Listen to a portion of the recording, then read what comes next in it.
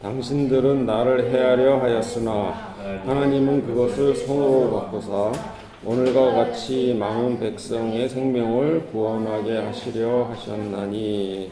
네. 안녕하세요. 여러분에게 제가 굉장히 중요한 질문 하나 던질게요. 여러분은 하나님이 주신 꿈이 있으십니까? 네. 사실 그걸 알아도 몰라도 중요한 건 아닙니다. 어차피 하나님의 꿈은 하나님이 이루실 것이기 때문에 여러분이 아는지 중요한 것이 아니라 그 과정이 중요한 거예요. 하나님이 주신 꿈이 어떻게 이루어지는지 거기에 대한 설명을 하나님은 안 해주십니다. 그게 문제예요. 그래서 우리가 살면서 삶이 대단히 불합리하게 느껴질 때가 많아요. 왜 내게 이런 일이 일어날까? 하나님이 설명을 안 해주셔요. 그런데 내가 통제할 수 있는 영역은 딱 하나 있는데 뭐냐면 내게 일어나는 모든 일에 대해서 내가 어떻게 반응할지입니다. 내게 일어나는 모든 일에 대해서 왜 이런 일이 일어날까 이런 생각하지 말고 내가 어떻게 반응할 것인가.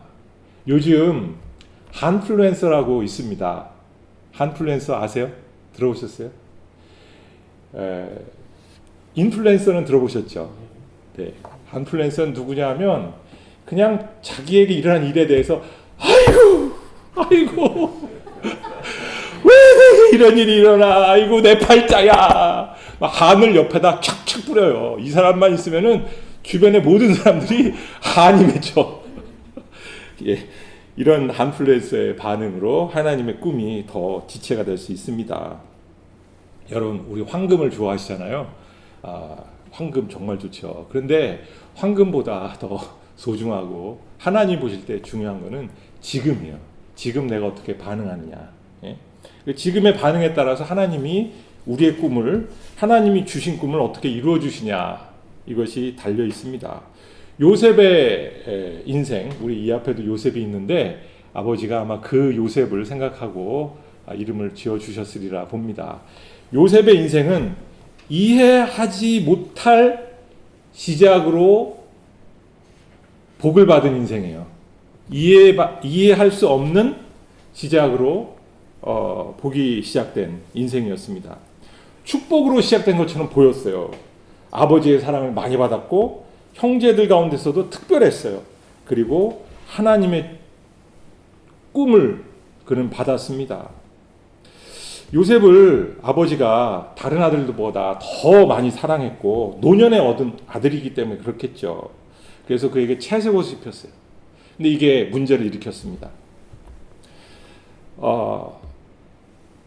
보호받고 선택된 자로서의 위치에서 시작하는데 축복처럼 시작이 되지만 그 과정에 있어가지고 형제들이 그를 미워하기 시작했어요. 예. 그 요셉이 잘못한 건 아니죠. 그런데 아버지가 특별하게 여겼다는 것 때문에 형제들은 그를 미워했어요. 더 문제는 그가 17살 때 꿈을 꾸는데 하나님의 꿈을 꾸었어요. 본인은 그렇게 이제 믿었죠. 요셉이 꿈을 꾸고 그 형들한테 말을 해버렸어요. 내용이 그들이 요셉을 진짜 미워하고 죽이려고 하기까지 그런 꿈이었습니다. 하도 황당한 꿈인데 뭐냐면 해와 달과 11별이 내게 절한다. 아버지가 이 얘기를 듣고 37장 10절에 이렇게 얘기합니다. 나와 내 어머니와 형제들이 어떻게 너한테 절을 하겠냐. 이 말도 안 된다. 어머니 이미 돌아가셨어요. 아직 베냐민은 태어나지도 않았죠. 그러니까 이 얘기는 실제 생존 인물에 대한 목록이라기보다도 하나님이 주신 꿈, 상징 언어로 이야기하는 건데 이 꿈이 진짜 어떻게 이루어지는지, 어떤 사람이 이거 문제 많은 꿈이다, 이것 때문에 이 요셉이 고통을 엄청 당하지 않냐, 이렇게 얘기하기도 합니다만 어쨌든 뭐 그가 얘기를 안 했다 할지라도 이 꿈은 이루어졌을 겁니다. 문제는 과정에 대한 설명이 전혀 없어요. 고난에 대한 예고도 없다는 것입니다. 영광만 보이고 십자가에 가려진 계시로 볼 수가 있습니다. 요셉은 은혜와 하나님의 계시로 시작을 하지만 모든 그의 고난이 이것 때문에 발생합니다. 하나님의 꿈은 언제나 완성된 의미가 아니라 해석을 기다리고 있어요. 요셉의 인생은 시작만 축복으로 보였지 중간중간은 어마무시한 고난의 기간이었습니다. 요셉을 형제들이 잡아서 옷을 벗기고 구덩이에 던집니다. 그리고 우여곡절 그는 살아나서 노예로 팔려가지요. 그리고 보디발의 집에서 종살이를 합니다. 근데 문제는 보디발의 집에서도 그가 당하는 고난이었어요. 창세기 39장 2절은 그런데 여호와께서 요셉과 함께 하심으로 그가 형통한 자가 되었다라고 얘기를 해요. 아니 지금 보디발의 집에서 노예 생활하는데 뭘 형통한 겁니까? 이게 말이 됩니까? 요셉은 그 가운데서도 충성스럽게 자기 일을 잘했어요. 특징이 그는 언제나 충성되게 일을 잘한다는 거였어요. 똑똑하게. 그래서 관리자가 됩니다. 그런데 잘생기고 화려한 외모 때문에 무슨 일이 일어납니까? 보디발의 아내가 요셉을 유혹합니다.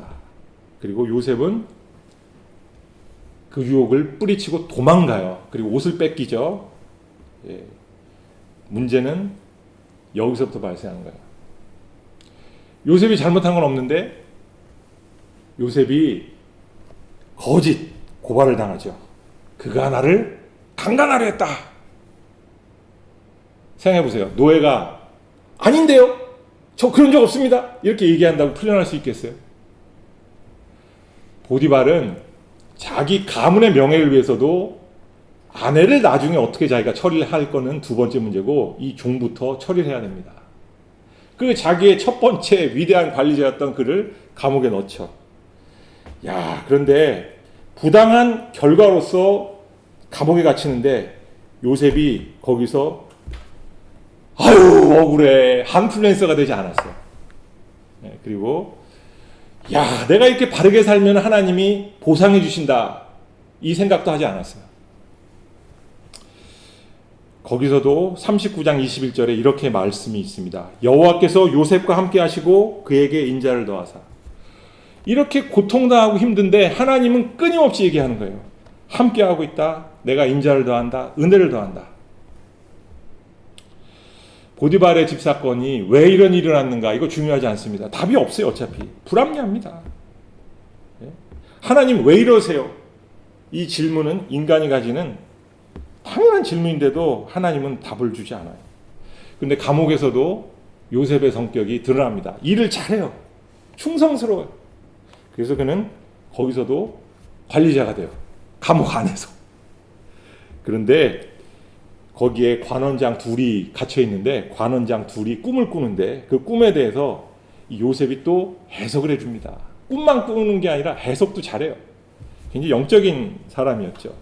그래서 그 꿈을 잘 해석해 줘가지고 결국은 그 첫 번째 관원의 꿈을 딱 맞추는데 내용은 뭐 여러분 다 아니까 결국은 당신 3일 만에 풀려나리라. 풀려납니다. 두 번째는 당신 죽는다. 죽습니다. 그리고 요셉이 부탁을 해요. 나가서 나를 좀 잊지 말아주세요. 나가서 나를 좀 잊지 말아주세요. 여기 이제 문제가 생긴 거죠. 내가 억울하게 갇힌 것을 기억해달라고 부탁을 하는데 40장 23절은 이렇게 얘기해요. 술 맡은 관원장이 요셉을 기억하지 못하고 있었더라. 이게 요셉의 인생에서 가장 잔인한 순간이에요. 희망이 생겼다가 아무 일도 일어나지 않는. 이것처럼 우리가 진짜 힘든 일이 어디 있어요? 뭔가 풀릴 것 같은데 하나님이 드디어 나를 도와주시는구나. 이제서야 내가. 근데 아무것도 안 일어나요. 요셉은 항변도 없이 잊혀진 시간을 계속 보냅니다. 요셉은 거기서 뭘 배웠을까요? 사람을 신뢰하면 안 되겠다. 하나님의 타이밍이 내가 생각하는 거하고 정말 다른가 보다. 정말 속도를 늦추시는 하나님이 답답합니다. 설명되지 않고 억울하고 아무도 알아주지 않는 그 자리에서 그는 침묵을 그대로 견뎌냈습니다. 요셉이 겪은 가장 큰 위험은 축복 그 자체가 아니라 설명 없이 주어진 그 축복이 가장 위험한 거였어요. 하나님이 이 약속을 주셨는데 이게 어떻게 이루어지느냐에 대한 끊임없는 의심, 그 가운데서 버텨냈다는 겁니다. 왜 이 꿈이 주어졌는지, 언제 성취가 되는지, 어떤 대가가 요구되는지 아무 설명이 없다는 것이었습니다. 그리고 바로 왕의 꿈, 이야기 다 아시죠? 그 이후에 요셉이 불려나가서 그 꿈을 해석해 주어서 한순간에 총리가 돼요. 한순간에 총리가 돼요. 그런데 이때 요셉이 이야기합니다. 야, 드디어 내 꿈이 이루어졌다. 와, 하나님의 뜻은 드디어 이루어지는구나. 이렇게 얘기하지 않았어요. 이렇게 얘기 안 했다는 거예요. 내 꿈이 이루어졌습니다. 드디어가 아니라 창세기 45장 7절에 보면은 하나님이 생명을 구하시려고 나를 당신들보다 먼저 보내사 하나님이 생명을 구하시려고. 그러니까 하나님의 꿈이 요셉의 꿈하고 다른 거예요. 하나님의 꿈은 그를 통해서 생명을 구하시기 위한 거였습니다. 기근 가운데 양식을 얻으러 온 형제들을 그는 만났습니다. 아시죠? 그런데 요셉은 그를 벌하기 위해서, 과거를 되갚기 위해서, 이것 봐라, 너네들 때문에 내가 이렇게 고생당했는데 나는 이렇게 총리가 되었다. 하하하. 이런 얘기를 하려고 그들을 만난 게 아니었습니다. 요셉이 원하던 것 단 하나. 뭘 원했을까요? 과연 내 형제들이 다른 사람들이 되었는가? 아니면 예전처럼 자기 형제를 파는 악랄한 인간들인가? 그리고 막내 벤야민의 그 식량 자루에다가 요셉이 아끼는 은잔을 딱 집어넣고 몰래 속인 거죠. 그들을 보냅니다. 그리고 그들을 붙잡아서 다시 와요. 내 은잔을 훔친 놈들! 베냐민, 이놈을 당장 내가 가두고 너네들 나머지는 가라. 요셉이 보려고 했던 것, 과거를 그대로 복제해서 지금 이야기합니다. 형들은 아버지가 가장 사랑하는 요셉을 버렸고 그들은 우리는 모른다, 책임 회피했습니다. 지금 형들은 아버지가 가장 사랑하는 베냐민을 두고 다시 선택을 해야 됩니다. 요셉의 형들은 어떻게 선택했을까요? 베냐민의 종으로 남고 베냐민만 남기고 너희는 아무 일 없었다는 듯이 아버지께로 가라 했는데 이 시험을 그들은 어떻게 통과했을까요? 그때 유다가 나타납니다. 과거에는 그들은 약한 자를 희생시키고 자기 몫을 지키고 아버지의 고통을 외면했죠. 그러나 이제는 달라졌어요. 유다가 얘기합니다. 이 아이 대신 내가 종으로 남겠나이다. 이 아이를 만약에 남겨두면 우리 아버지는 죽습니다.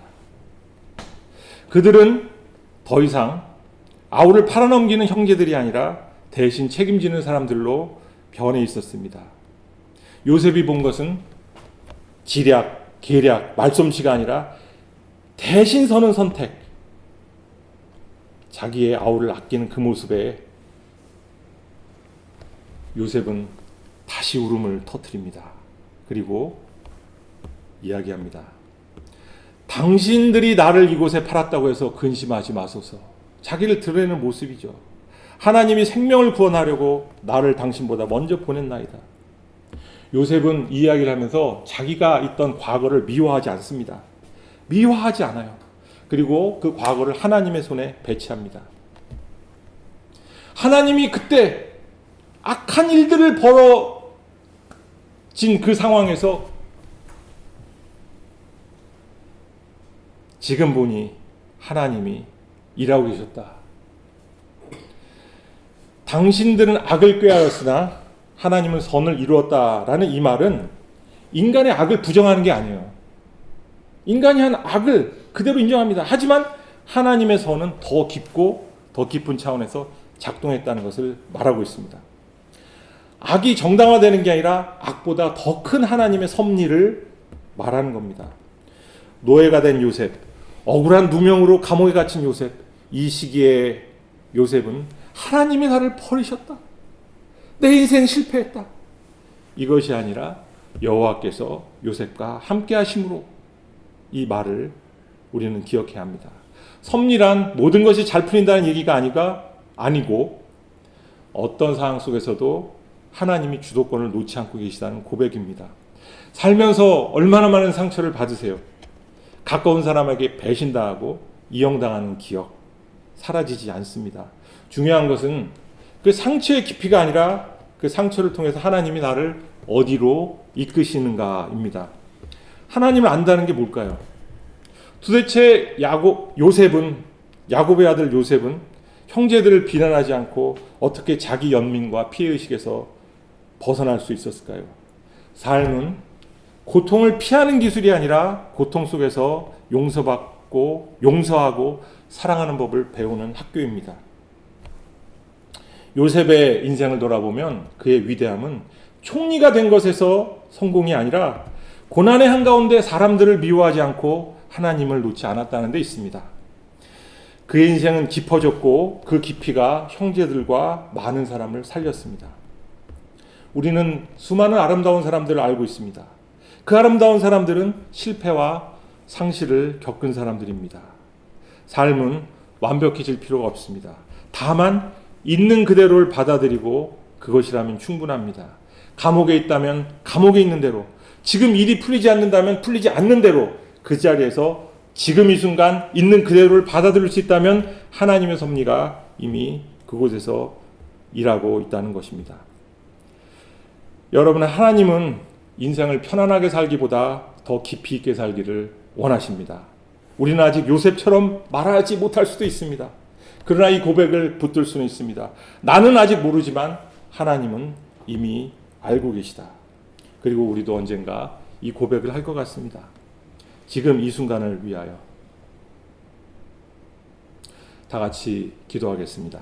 하나님, 요셉과 함께 하셨던 하나님이 오늘 우리의 삶 가운데 함께 계심을 믿습니다. 아직 설명되지 않은 시간을 우리는 지나고 있습니다. 우리를 불쌍히 여겨 주시옵소서. 그러나 이 순간에도 주님이 우리와 함께 하시며 묵묵히 일하고 계심을 믿습니다. 높아지는 사람이 아니라 사람을 살릴 수 있는 사람이 되게 하시고 지금의 낮아짐 속에서도 주의 섭리를 신뢰하게 하여 주시옵소서. 아직은 말하지 못해도 언젠가 고백하게 하여 주시옵소서. 주님, 이 시간이 필요했습니다. 주님의 때를 위하여 지금 이 순간 주님께 충성하기를 바랍니다. 예수 그리스도의 이름으로 기도합니다. 아멘.